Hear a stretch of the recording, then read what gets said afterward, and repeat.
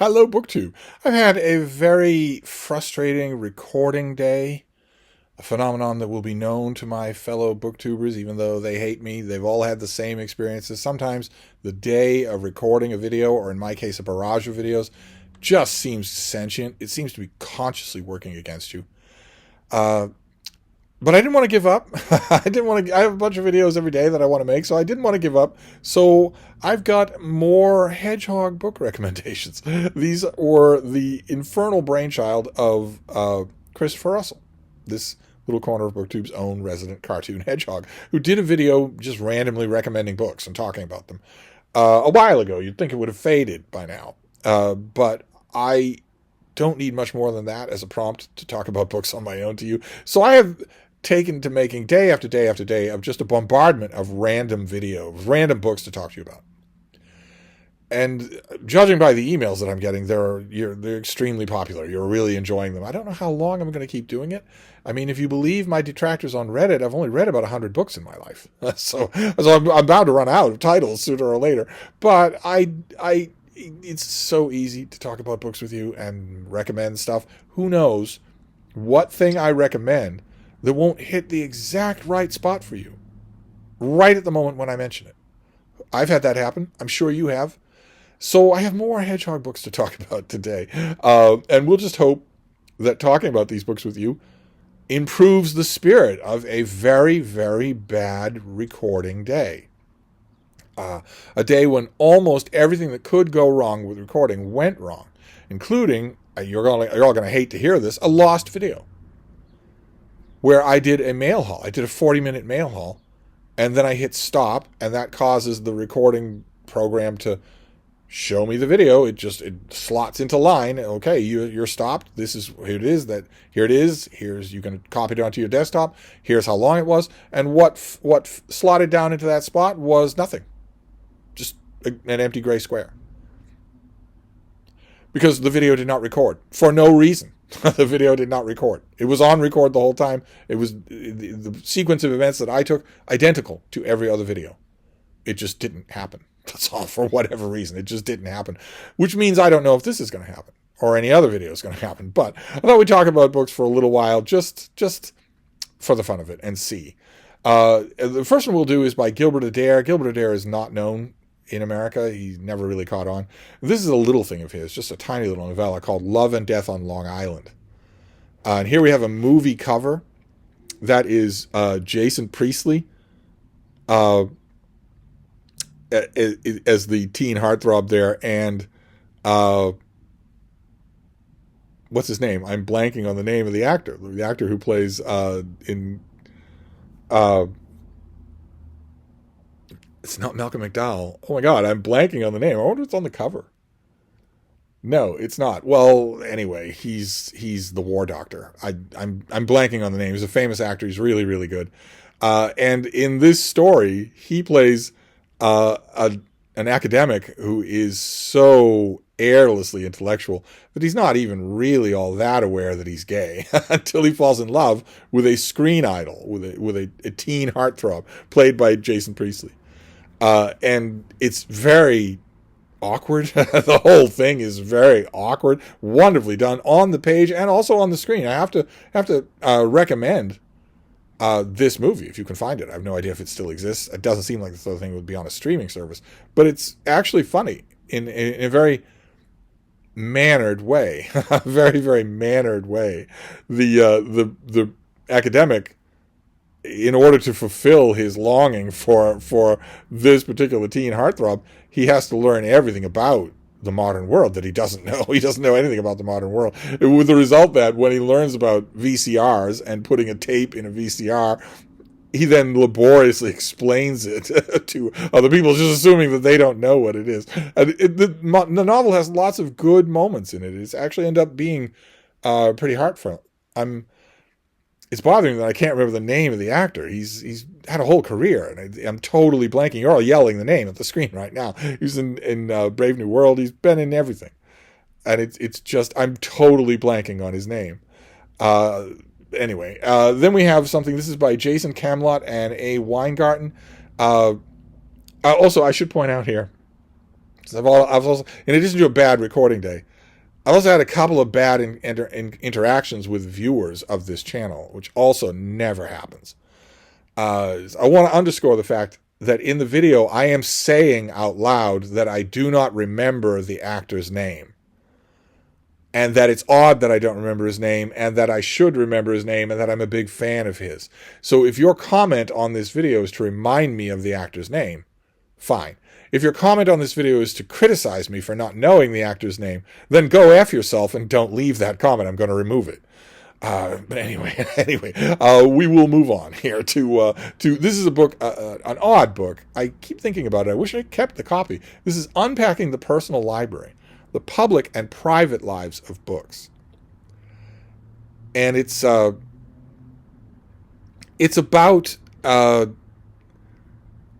the odd transformation of the extensive private library into the public space and what that means. If that makes any sense. Think about your own, if you live near a big public library, for instance, think about that library. In that library somewhere, almost certainly, there is a collection with a person's name on it. And it's kept intact, and probably it's not open to the public, but probably you can look at it and maybe even use it. It's a library within a library, and it's a genetic marker, if you will, of the earliest forms of libraries, which were personal collections. I love the way this meditates on that. Parts of this book can be a little dry, but I love that kind of subject. I love just the way it works. Then we have, this is by James Campbell, and it's got pictures by Will Price. This is a big, beautiful thing that I got from the publisher. I wish I'd kept it. This is The Library, A World History. And what this really means is the grandest and most beautiful libraries in the world. The compiler of the book takes advantage of the fact that this is bigger, the high quality paper.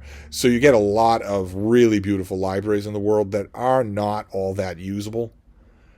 I myself, rather contentiously, I've always thought that the most beautiful libraries in the world are those humble local libraries that have people streaming in and out of them all day long. I would rather look at something like that, even with its pro forma or very bland architecture. I'd rather spend time with, learn about, even use a library like that than I would ever think about using a showboating wedding cake thing like this. But nevertheless, they're pretty to look at. You could not. What's this book here? That's ridiculous. As far as I'm concerned, a library should be a book in which you can put your hand on every book. Not a museum. But if you're interested in looking at the museums, well, boy, oh boy. Then we can stick with libraries for a while here. This is by Jill Grunwald. This is a really good book about a subject that we don't think enough about. I do. I put a lot of attention into it, but a lot of people don't think about it, especially a lot of book people don't. And that is prison libraries here in America, here in the United States. Most people don't send a book to a prison or learn how they can do it unless they have a friend or a relative in prison asking for one. Which is, I guess that's understandable. I mean, we've all got a lot of things to think about. But libraries in prison are drastically underfunded, most of them drastically neglected, and they're a lifeline. I mean, theoretically, aren't we talking about prisons being a place where inmates can reform, where they can better themselves, where they can be better people when they come out than when they go in? I mean, we've almost lost sight of that dream, but wasn't that the dream? And where are you going to do that but at a library? I've been on both sides of it. I deal with prison libraries right now, and also when I worked in a retail bookstore, we had procedures about how you can send a book to someone in a prison. Oftentimes the hurdles were intentionally difficult, intentionally complicated to discourage you from doing it, which I never understood. You can't send hardcovers, of course, but there's all sorts of subject matters you can't send. And it has to be the right thing and the right kind, the right way. You've got to have a trusted contact person at the prison. Otherwise, the mailroom will just take it. The people in the mailroom will just take it. They don't think of their charges. They don't think of the people in the cages as human. So why give them a book? And what are you going to do? I mean, the inmate's going to say, I should have received this book by now and I didn't. Who's going to care? Who's even going to forward that complaint up the line? And if they do, well, what's the prison going to say? These things happen. It's not going to fire somebody over this. It's a bleak and depressing subject, and this book is called Reading Behind Bars. And it is Jill Grunwald's study of that, her own experiences, but also the whole idea of the prison library. Amazing to read. Just amazing. Just a whole world. It's a whole different world. I wish I still had a copy of this. You will not take your own reading for granted as much after this. But I don't think this whole list is library stuff. I don't think. Oh, no, this next one's not. This is by the insufferable Patton Oswalt with artwork by the great Patrick Gleason. This is JLA, that stands for Justice League of America. This is DC Comics' premier super team. And this is Welcome to the Working Week. This is a little graphic novel. I just pulled this picture off the internet. I've never seen this reprinted. I've never seen it anthologized. Who knows why? It's one of the greatest DC graphic novel stories of all time. And yet I think it was only printed once. God only knows how expensive it is to buy.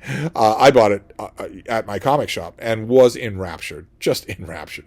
This is a story about a kid, that kid, who is accidentally stranded in the Justice League's Watchtower satellite.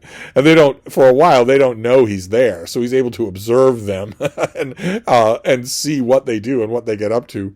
And we're watching it from his point of view.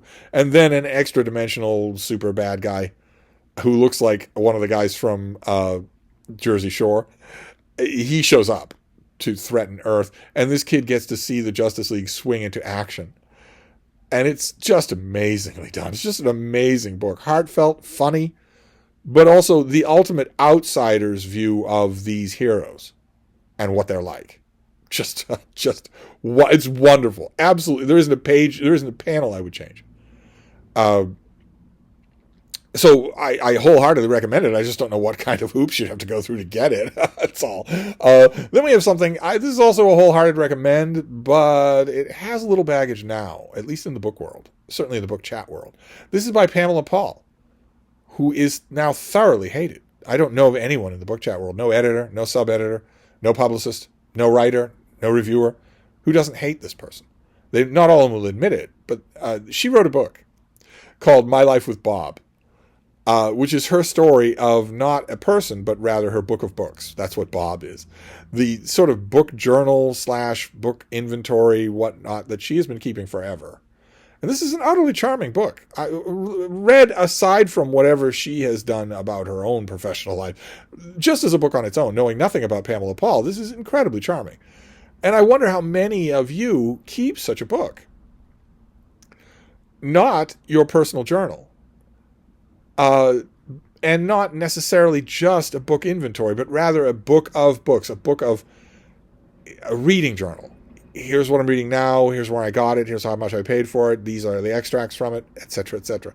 I wonder how many people do that anymore. Once upon a time, it was fairly common. I imagine a lot of people use Goodreads for that. But this is not Goodreads. This is an actual battered book, and it's quite good. Okay, then we have something. This is a classic work that the publicist, I did not learn about it from the publicist. Perfect example of how major things can fall through the cracks, even for me, who I do nothing but look about those things. I did not learn about this from the publicist. I did not learn about it from the publisher. I did not learn about it from the translator. I didn't know it was coming, and I didn't know it was out. I saw this in a retail bookstore. I was like, what? What's that? That must be brand new. And it was. This is the ancient writer Strabo. And this is his geography. This is a gigantic 2-volume box set from, was it Princeton or Yale? The translator is Sarah Pothecary, and there's an introduction by Peter Frankopan. And this is an ancient work of geography that covers that highlighted area there. Strabo is often wrong, but he's more often right than wrong. It was an amazing undertaking in his day. This is a definitive translation of a work that really doesn't have much in the way of a popular translation. Penguin's never done Strabo. As far as I know, they've never done Strabo's geography. I don't think there's ever been another popular edition of it. It's a very interesting work, especially if you've traveled in these areas. So I don't know whoever this is, I'm pretty sure it's an academic press, but I don't know what they're going to do with this. I think this came out in 2024. So I don't know. Is there going to be a paperback one volume, or maybe a paperback box set? Is there already one? If I wasn't on track to learn about the hardcover, maybe I'm not on track to learn about the paperback. But it's very, very interesting, and oh my God, the notes, the critical apparatus on this decision is just beautiful, just wonderfully done. Then we have Jack Davis. I've recommended this book many times before. I think we actually saw it come in the mail. This is his book, The Gulf, all about the Gulf of Mexico. This is about the biome of the Gulf of Mexico, what it is as a living place. A lot of its history. He goes into a lot of its history, but also a lot of its natural history, a lot of its natural nature. I loved it. I loved it. I could not put this book down. A book about the Gulf of Mexico, for Pete's sake. I couldn't put it down. I'm extremely familiar with the Gulf of Mexico, but I don't think you need to be to really like this. It is really just a thoroughly detailed love letter to an amazing natural place. There are a lot of personalities in here, but I think it's no coincidence that there are no humans on the cover. So, well worth it. Probably in paperback now. Again, I can't help but wonder if I'm blurbed on the paperback. I would love to be, but I don't know. Publishers often don't send me paperbacks. Then we have something by Timothy Tyson. This is a familiar subject. We've actually seen a more recent book on this subject.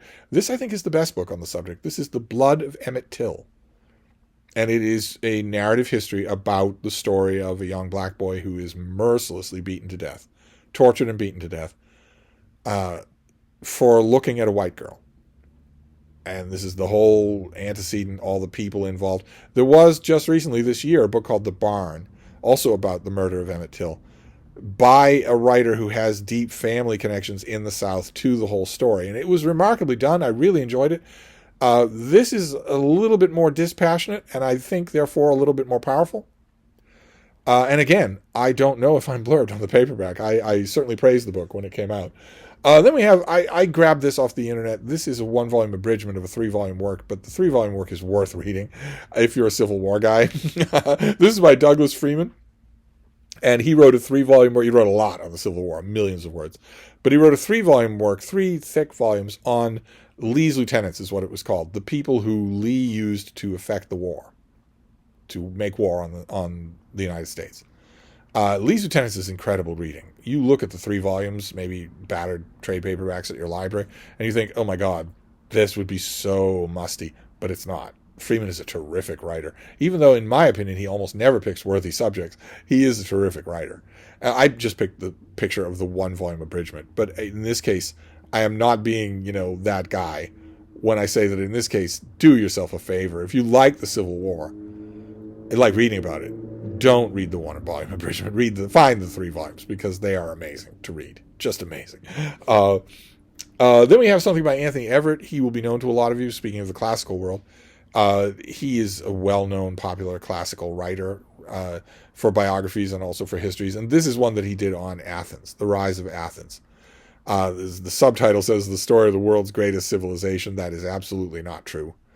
But it's still, we've seen this before. We saw this with Democracy's Beginnings. This is another really good, approachable, single-volume modern study of 5th century Athens, of the birthplace of a rough idea of democracy, a rough idea of a large collective of people setting their own course without the whims of heredity or war. And Everett does a great job. He's a terrific writer, terrific popularizer of these things. And then we have, this is Philippe Descend. This is an enormous book, I think from Yale. Again, an academic publisher, whoever it was. This is his big, fat biography of Montaigne, who is famous for a big, fat collection of essays, Montaigne's essays. There's a big, fat, I keep saying that, Montaigne was not big and fat. There's a big, fat Penguin Classic of Montaigne's essays that's in English that's quite good. There has been a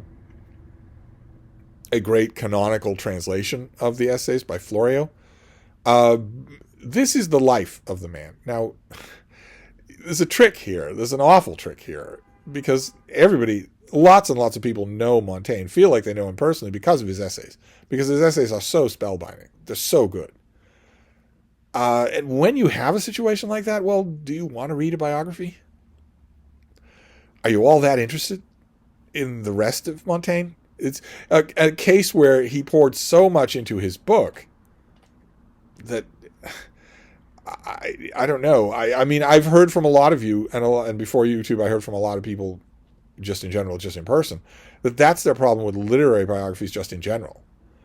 Is that, well, I'm reading the man. Why would I want to read about, what he ate or what taxis he took if I'm reading his book, and his book is so personal and so good? And I understand that. I definitely understand that. Nevertheless, I have read biographies of, for instance, Lawrence of Arabia, that I liked, even though he wrote a book, a mighty book. So if this is definitive in the English language, this is definitive. So if you're so interested in Montaigne, if you love his essays so much that you want to know a biography, well, get this. And also, this is pretty good with dealing with Montaigne, the literary figure, which you'd think would be required, but I've read Montaigne biographies that aren't good with him as a literary figure. You'd think it'd be required because if anybody lives in their literature, for us, it's people like Shakespeare or Montaigne. So I've just always had this problem. I've had this problem myself. Do I want to read a biography of Cervantes? Do I want to do that? Even to use a recent example, do I want to read a biography of Boccaccio? Do I really care when I've got his book? His most famous book? I don't know. I've known one person in my life who's read this biography, and he said that it propelled him to the essays when he was done with it. So if it has that effect, I'm all for it. And you might find it interesting. Like I said, with all these Hedgehog recommendations, you might find more of these interesting than I do. It might be that one of these hits you at exactly the right moment. Fine. So there you go. That is a video of random book recommendations hurled at your head. But did it record?